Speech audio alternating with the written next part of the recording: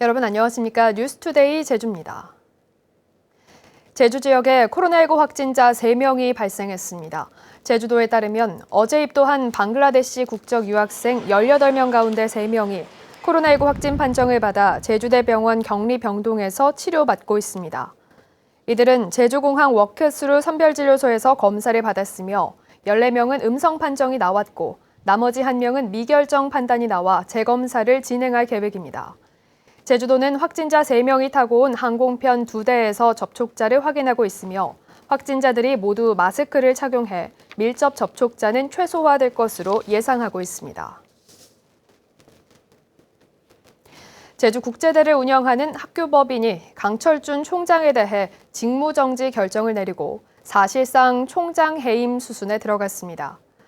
학교 정상화가 시급한 상황에서 또다시 내홍에 휩싸이면서 지역사회 우려가 커지고 있습니다.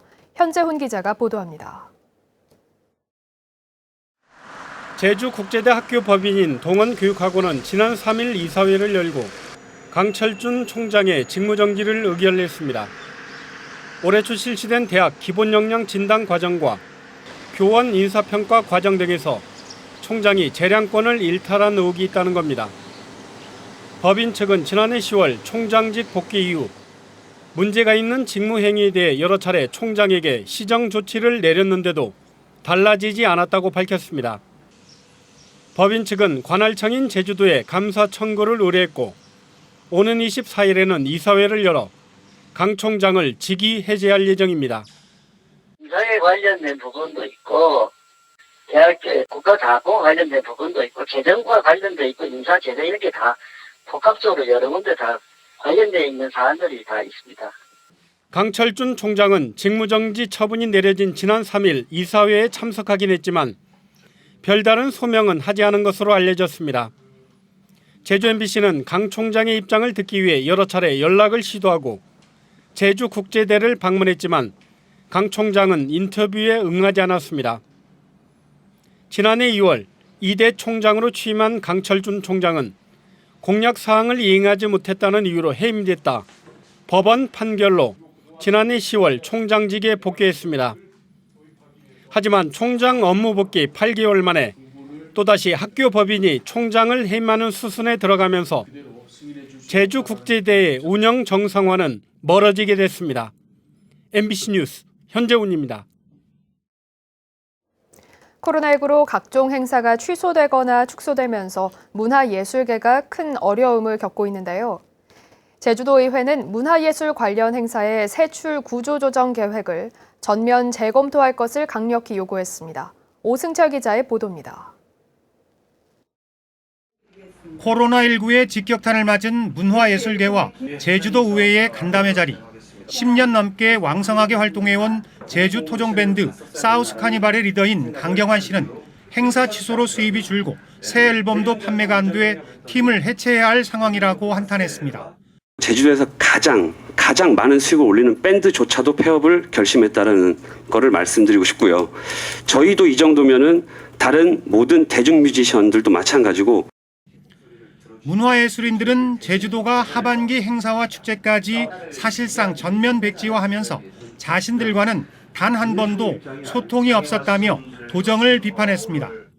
하반기에 모든 문화예술 예산을 이렇게 환원하고 저 사업을 취소하겠다 그러면은 마지막 남은 숨통조차도 끊겠다고 하는 거나 지금 다름이 아닙니다.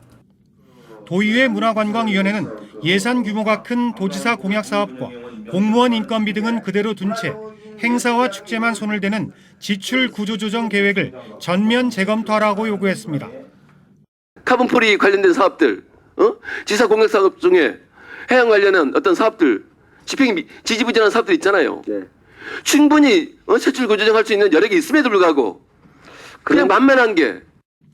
행사와 축제 취소는 지역 경제 침체로 이어지고 이는 대권을 꿈꾸는 원지사에게도 부메랑이 돼 돌아올 거라고 지적했습니다.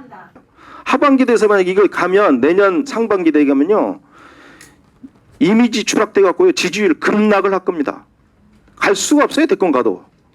이와 관련해 원희룡 지사는 문화예술 현장과 전문가 의견을 수렴하는 전담기구를 구성하고 문화복지기금을 설치하라는 특별 명령을 내렸지만 성난 문화예술계를 달래기엔 부족해 보입니다. MBC 뉴스 오승철입니다. 최근 대권 도전을 선언한 원희룡 지사가 국회 주변에서 정치인들을 만나는데 업무 추진비를 집중적으로 쓰고 있는 것으로 확인됐습니다. 하지만 구체적으로 어떤 활동을 했는지 공개하지 않으면서 도민들이 낸 세금으로 개인적인 정치 활동을 하는 것이 아니냐는 논란이 일고 있습니다. 조인호 기자입니다. 총선 참패로 위기에 처한 보수 진영을 구하겠다며 대선 출마 의지를 공식화한 원희룡 지사. 총선 이후 이틀의 하루꼴로 서울 출장을 가면서 정치적 발언을 쏟아내고 있습니다. 이기기 위해서 무엇을 해야 되는지, 누구랑 해야 되는지, 역전 드라마의 신화 창조의 여정에 여러분 함께 가시죠. 도지사의 정치 행보가 늘면서 업무 추진비 집행 실적까지 급증했습니다. 총선 이전인 지난 2월에는 300여만 원, 3월에는 500여만 원에 그치던 집행 실적은 4월에는 1,500여만 원, 5월에는 1,200여만 원으로 갑자기 3-4배로 늘었습니다. 국회 관계자들과의 간담회가 가장 많았고 장소는 주로 국회와 가까운 서울 여의도의 일식집과 한정식 집들이었습니다. 하지만 홈페이지에 공개한 내역에는 주요 정책을 협의했다고만 써놓았을 뿐 누구를 만나 어떤 정책을 협의했는지는 밝히지 않았습니다. 또한 도지사가 과연 지금 제대로 온 업무를 추진하고 있는 건지 아니면은 개인적인 어떤 일상적인 어떤 정치 활동을 벌이고 있는 건지. 총선 직후 제주를 방문한 미래통합당 청년위원회 관계자들과 간담회를 한다며 업무 추진비를 쓴 것을 놓고도 논란이 일고 있습니다. 도정 업무와는 연관성을 찾기 어려운 데다 다른 정당들과는 이런 형태의 간담회를 가져본 적이 없기 때문입니다. 원희룡 지사가 간담회를 응함에 있어서 특정 자신의 정치적 이익이 되는 세력과만 간담회를 가지고 있는 것이 아닌가, 그들과만 소통하고 있는 것이 아닌가라는. 제주도는 4.3 특별법과 제주 경제정책의 국회의 협조를 얻기 위해 업무 추진비를 썼다고 해명했습니다.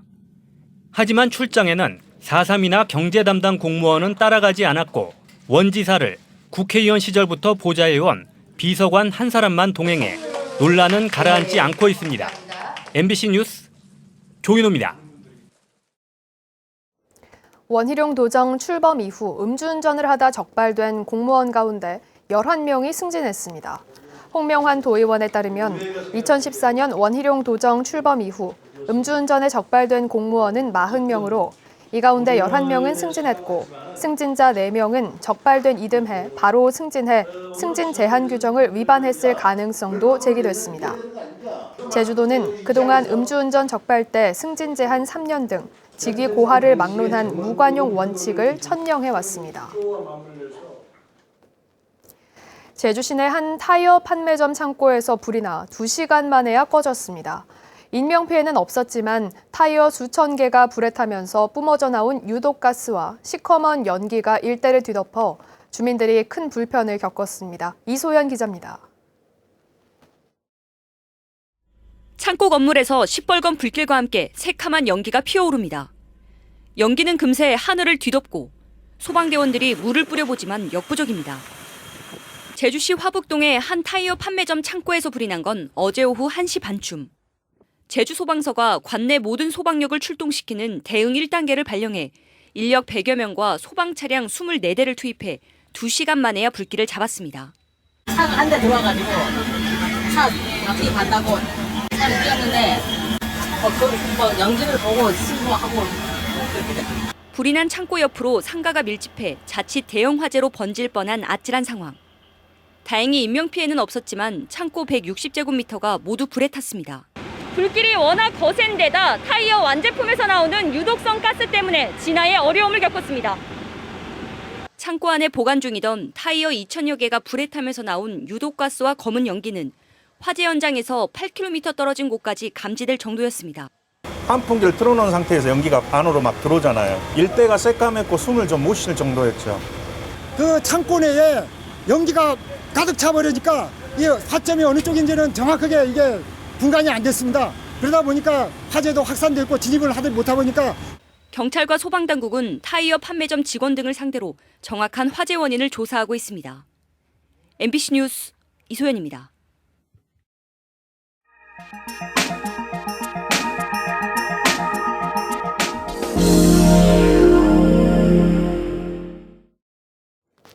자율주행 버스가 차량 통제 없이 다른 차량들과 함께 국내에서 처음으로 일반 도로를 달렸습니다.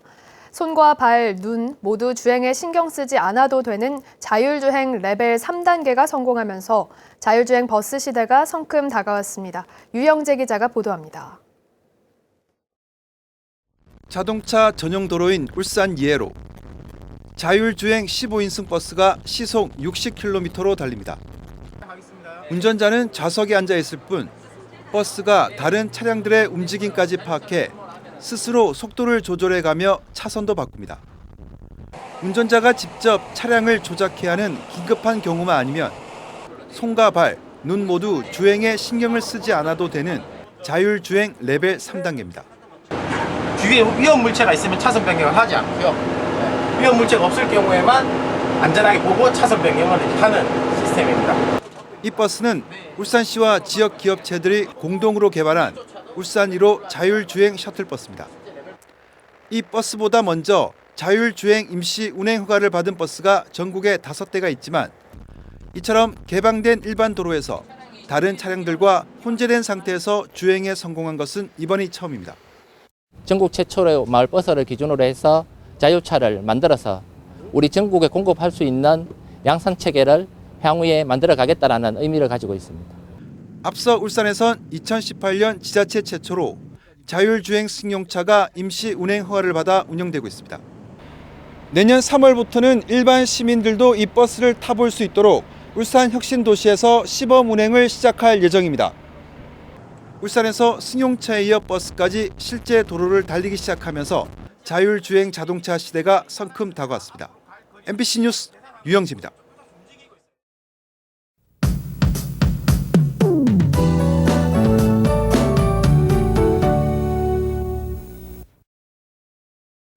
오늘 아침 하늘이 잔뜩 흐린 모습입니다. 어제 많은 비가 내렸는데요. 오늘도 비 소식이 있습니다. 아침까지 북부와 동부 지역에는 5mm 미만의 비가 조금 내리겠는데요. 그 밖의 지역에서는 빗방울이 떨어지는 곳이 있겠습니다. 비가 내리면서 안개나 방무가 짙게 끼겠는데요. 도로도 미끄러운 만큼 안전운전 하시기 바랍니다. 오후부터는 비가 그치겠고요. 맑은 날씨로 회복하겠습니다. 기온은 어제와 비슷할 걸로 예상되고요. 미세먼지 농도는 좋음 수준으로 오후부터는 활동하기 좋겠습니다. 다음은 자세한 지역별 날씨입니다. 현재 기온 북부와 남부, 동부가 20도, 서부가 19도로 어제와 비슷하겠습니다. 낮 최고 기온은 대부분 지역에서 25도를 보이며 포근하겠습니다. 오늘 도서 지역은 차차 맑은 날씨를 보이겠고요. 현재 기온 19도에서 출발하고 있습니다. 해상에는 풍랑주의보가 발효 중인 제주도 남쪽 먼바다를 중심으로 바람이 강하게 불겠고요. 물결도 최고 4m로 높게 일겠습니다. 항해나 조업하는 선박은 주의하시기 바랍니다. 오늘 아침 제주공항에는 비가 내리고 있는 가운데 구름고도특보가 발효 중입니다. 기상 상황이 좋지 못한 만큼 항공편 이용하시는 분들은 운항 정보를 다시 한번 확인해 주시기 바랍니다.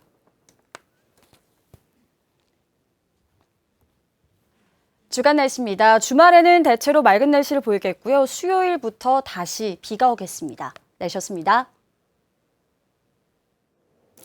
제자를 성추행한 혐의로 불구속 기소된 대학 교수가 재판 도중에 구속되는 이례적인 일이 벌어졌습니다. 제주지방법원 제2형사부는 유사 강간 혐의로 기소된 제주대 교수 62살 A씨에 대한 1차 공판에서 지위를 이용한 전형적인 갑질 행위로 사안이 중대하고 도주도 우려된다며 직권으로 법정 구속했습니다. A씨는 지난해 10월 제주 시내 노래주점에서 제자를 성추행한 혐의로 기소됐고 학교 보직과 수업에서 배제됐습니다. 제주지방법원 최성문 판사는 교회 자금을 횡령하고 배임을 저지른 혐의로 기소된 모 교회 목사 62살 최모 씨에게 벌금 500만 원을 선고했습니다. 최 씨는 직원들의 퇴직 적립금 2천여만 원을 횡령해 개인 보험료와 적금으로 사용하고 교회 소유 부동산을 교회 측의 동의 없이 지인의 대출에 담보로 제공하고 교회 재정 업무로 갈등하던 교인을 폭행하고 모욕한 혐의로 기소됐습니다. 제주도의회 문화관광체육위원회는 관광국과 문화체육대회 협력국을 통합하는 조직 개편안을 반대한다는 내용의 입장문을 제주도에 전달했습니다. 이경용 위원장은 원희룡 지사가 전국 최초로 관광국을 설립한 지 4년 만에 축소시키는 것은 과거로의 회귀이며 자가당착의 우를 범하는 것이라고 비판했습니다. 또 코로나19 사태로 관광업계가 최악의 상황인 만큼 예산과 조직을 확대해 포스트 코로나에 대비해야 한다고 밝혔습니다. 학교 밖 청소년에게도 교육희망 지원금이 지급됩니다. 제주도의회 보건복지안전위원회 회의에서 임태봉 제주도 보건복지 여성국장은 학교 밖 청소년에게도 1인당 30만 원씩 교육희망 지원금을 지급하기로 하고 구체적인 범위와 대상은 교육청과 협의해 결정하겠다고 말했습니다. 이에 따라 보건복지안전위원회는 도지사가 학교 밖 청소년에게 교육희망 지원금을 지급하는 근거를 담은 조례 개정안을 본회의에 회부하지 않기로 의결했습니다. 어린이 보호구역 주정차 위반 시민신고제 대상 구역이 확대됩니다. 제주시는 초등학교 주변 어린이 보호구역 주정차 위반 시민신고제 대상 구역을 현재 73곳에서 7곳을 추가해 80곳으로 확대하기로 했습니다. 단속은 계도 기간을 거쳐 8월 3일부터 실시되는데 시민들은 오전 8시부터 오후 8시 사이 대상 구역에 주정차 차량을 발견하면 행정안전부 안전신문고를 통해 신고할 수 있으며 위반 차량에는 일반 주정차 위반의 2배인 과태료 8만 원이 부과됩니다. 제주지방경찰청은 본격적인 여름 휴가철을 앞두고 차량 통행과 음주운전이 늘어날 것으로 예상됨에 따라 다음 달 17일까지 자치경찰과 함께 특별 단속을 벌입니다. 경찰은 30분에서 1시간 단위로 장소 이동식 단속을 벌이고 연삼로와 연북로 등 대도로변과 유흥가 주변 취약 장소를 선정해 길목을 차단합니다.